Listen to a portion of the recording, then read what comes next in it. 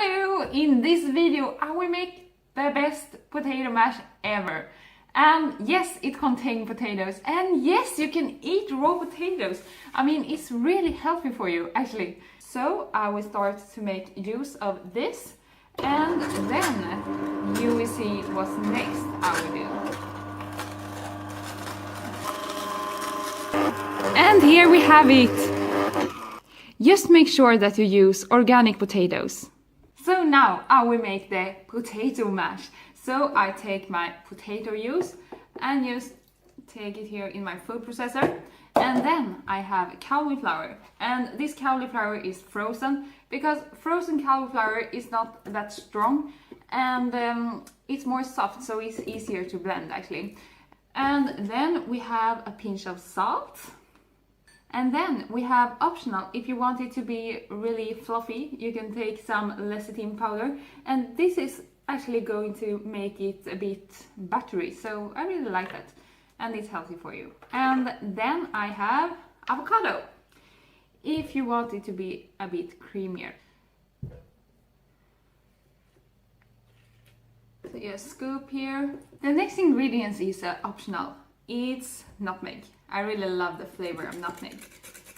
And now I will blend it. And maybe you need some extra water. And look here, so fluffy and delicious. I think I will have a little try.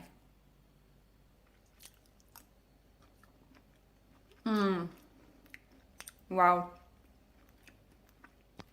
This is just so good. Let us make vegan ribs. Lay your strips horizontally and then your forebone vertically. Now you can place your gluten strips on the bone. Take the two remaining gluten balls and stick it on each side of your ribs. Press it and shape it nicely to represent the real thing. Ah, look at that! Now cut plain white gluten and place it vertical. Do the same with the brown one. Make sure I stack to each other and keep in the fridge overnight. Keep in the fridge overnight and the following day is going to be one beautiful piece of skin. Go look at that! I'm gonna make chicken tenders out of grapefruit peels. So I saw this recipe first on Stash Sauce, and then I saw it also on The Edgy Vegan. Okay, so these are peels. This is the pith. The pith is really what we're gonna be using to make these chicken tenders. I'm gonna use this spoon, and I try to go about halfway or a quarter of a way into the pith, so you can just, get around the nonsense. Yay! Next, I'm gonna cut these once more in half. Now I'm gonna dip these in some apple cider vinegar, and what this is supposed to do is to help neutralize the bitterness. I've got some vegetable broth here. Now I'm gonna put these in here, and I'm gonna let it sit for an hour. All right, I'm gonna bread these. It's time to deep fry these, and I'm gonna do these for about a minute on each side. Oh my God! I think it might have worked. It looks like a chicken! I just slaved away trying to make this look like chicken. Now it's time to see if it tastes like chicken.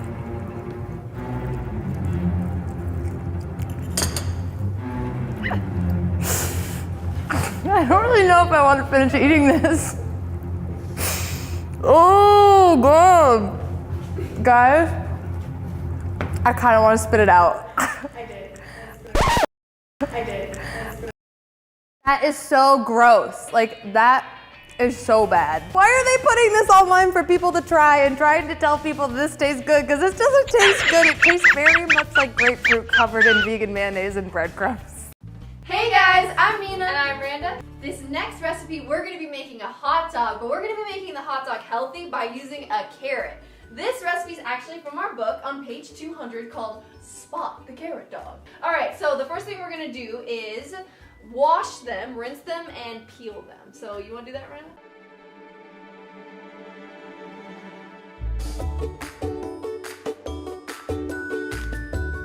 We rinsed our carrots and we peeled them. We're gonna steam them up for a minute. And we are using an Instant Pot, which is a pressure cooker. So we only are gonna be cooking these for 1 minute. You can boil these carrots on your stovetop, but it's gonna take much longer so we can see our carrots. We got some soft dogs. We made them soft. So grab yourself a bun. This is a whole wheat hot dog bun. And we just toasted it. It's better if they're oil-free, obviously, and we just toasted it. Get our carrot dough. What really makes the flavor good is condiments. So what do we got here? We got some ketchup, we got some dill relish, and mustard. You could also add some tomatoes or some lettuce, whatever vegetables you want. Avocado, hummus. Ooh, that'd be good.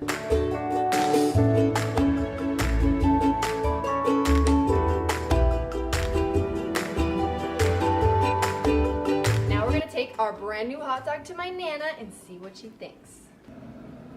Hey Nana, I got a hot dog for you. Let me know what you think. This is a carrot. You can't put anything over on Nana here. She figured it out. You like it? What do you think of a carrot dog? No? Doesn't quite cut You it. like it? You like a real hot dog? Okay guys, so today we are making vegan Kentucky chicken. 150 grams of all-purpose flour and 700 ml of water. This is basically my standard in all my recipes.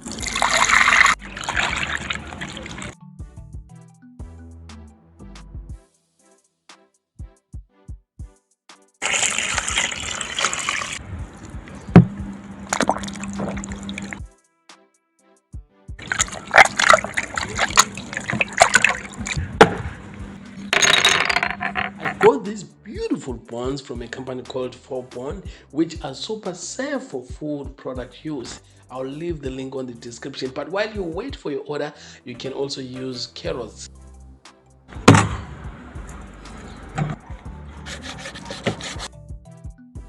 Here the secret really is in the resting of the dough. You just have to make sure it rests and it rests enough.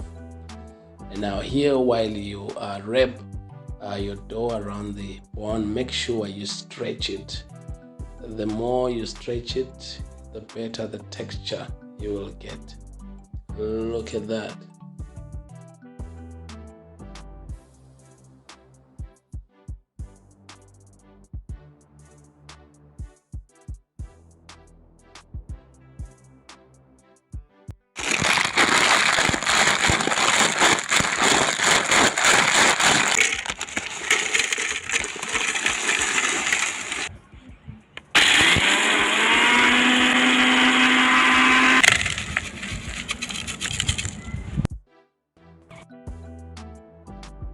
Okay, so here, just make sure you dust your chicken. You don't want to end up with a fat cook. Vegan milk and flour works like a charm, and I'm not sure if there's any better recipe out there. And please remember, you can always use your oven, you can always use a fryer, you know, just for healthy options. You don't have to use vegetable oil.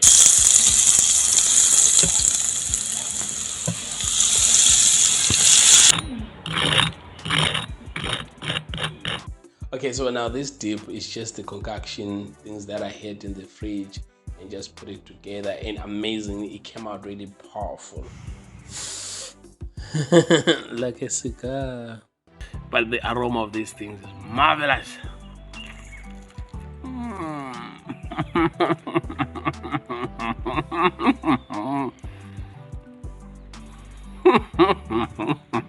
My name is Gabby. In today's video, I will be showing you how I like to make cucumber sushi rolls.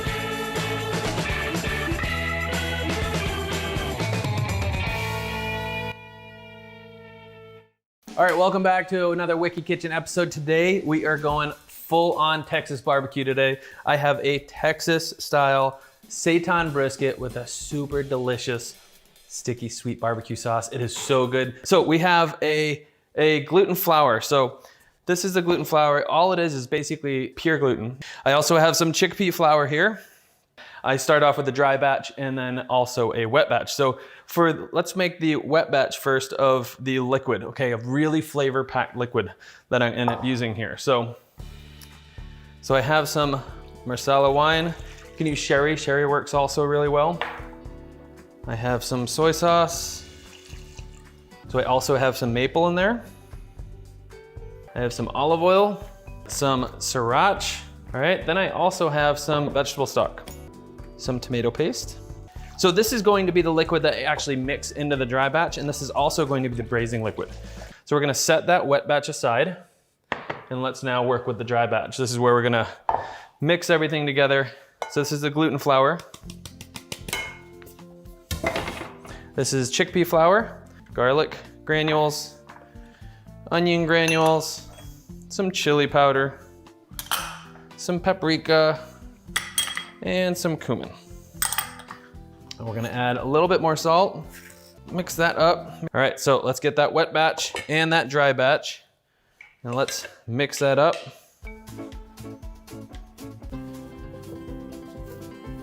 And I'm just going to knead it.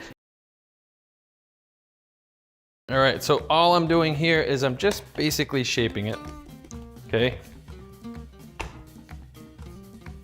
With a little bit of oil on the bottom. I'm gonna coat the seitan with the oil. All right, the rest of that braising liquid, just gonna pour that around.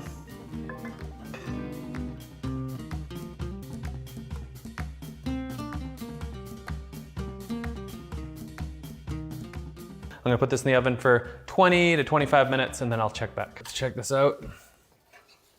See, now you're creating that crust on top. This has a little bit more to go before I flip it. So we're gonna put it back in there. It's quite firm on the top, which is nice, all right? That's what you're looking for. What we wanna do next is loosen that up. I'm gonna now flip it. Look at that, that is looking good. That is looking good. So I'm gonna use a little bit of that liquid that's left. I'm just making sure that's covered here. I'm gonna put this back in. We're gonna come right back to it when it's done.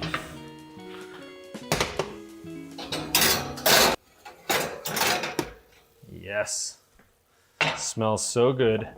All that liquid that we added to that has been evaporated. It's thickened up for a little bit of glaze on there. This is good to go. All right, so you can see this is tightened up so much from when we first put it in the oven. You can see it is so nice. We have this wicked good barbecue sauce here. All right, so we're going to add a little bit on the bottom here. We have that seitan. Hell yes. That looks so good.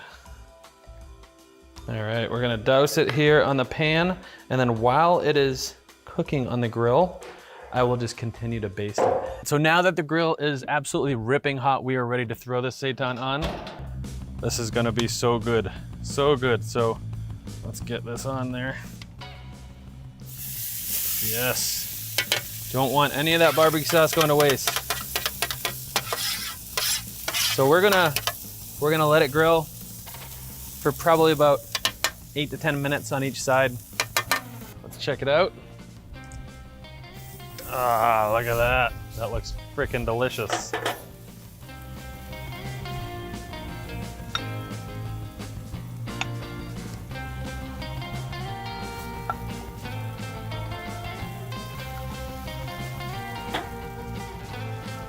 This is all charred, caramelized, absolute freaking deliciousness right here. All right, so you can see that char is all flavor, right? So good. All right, let's slice that up.